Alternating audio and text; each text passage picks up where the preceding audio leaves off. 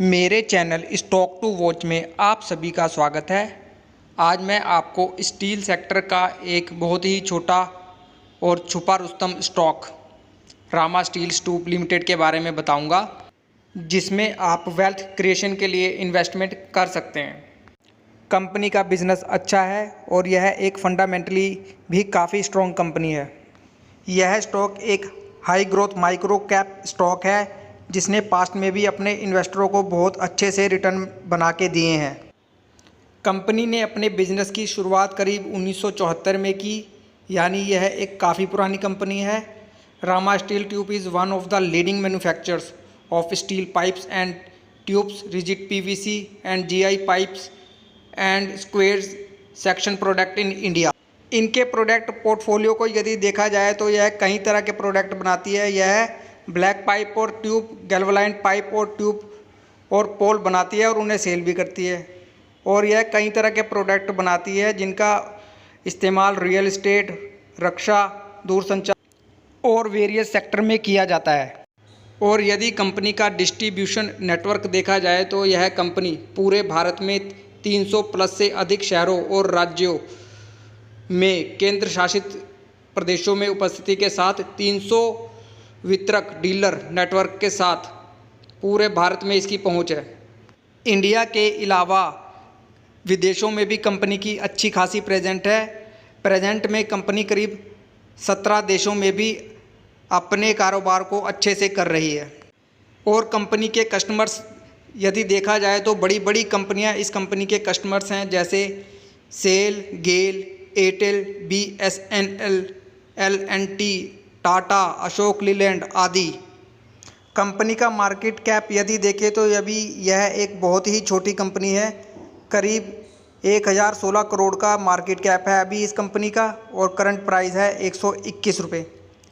Stock भी है इस कंपनी का 41 का, और ROE बढ़िया है इस कंपनी की, और 1 रुपये की फेस वैल्यू वाला यह एक स्टॉक है।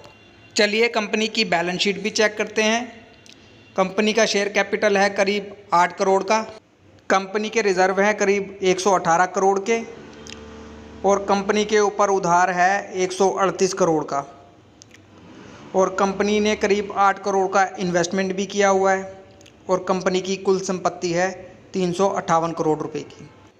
कंपनी के रिजर्व जो लगातार बढ़ रहे हैं, यह एक अच्छी बात है इस कंपनी के लिए। और कुल संपत्ति भी देखिए जो लगातार बढ़ रही है, ये भी एक अच्छी बात है इस कंपनी के लिए।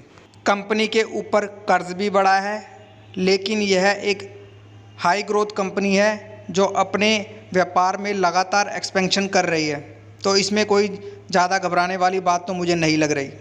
कंपनी की बैलेंस शीट मुझे ठीक लगी एक माइक्रो कैप स्टॉक के लिहाज से। चलिए कंपनी की बैलेंस शीट भी चेक करते हैं। प्रमोटर के पास है करीबन 65% की हिस्सेदारी, और FII की भी इसमें करीब 4% की हिस्सेदारी है, और DII की भी छोटी मोटी होल्डिंग है इस स्टॉक में, और आम पब्लिक की हिस्सेदारी है इस स्टॉक में करीबन 29% की। चलिए कंपनी की ग्रोथ को भी देखते हैं। कंपनी की कंपाउंडेड ग्रोथ देखिए जो लगातार बढ़ी है।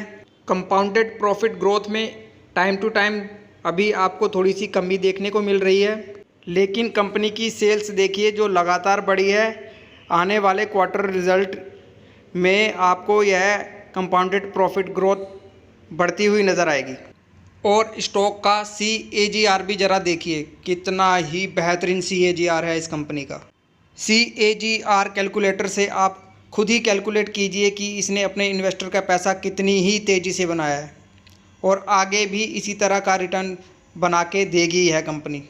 स्टॉक मार्केट से यदि आपको एक अच्छी वेल्थ क्रिएट करनी है तो आपको ऐसे ही छोटे छोटे मगर फंडामेंटली स्ट्रॉन्ग स्टॉक में इन्वेस्टमेंट करना होगा, तभी जाके आप एक अच्छी वेल्थ क्रिएट कर पाएंगे।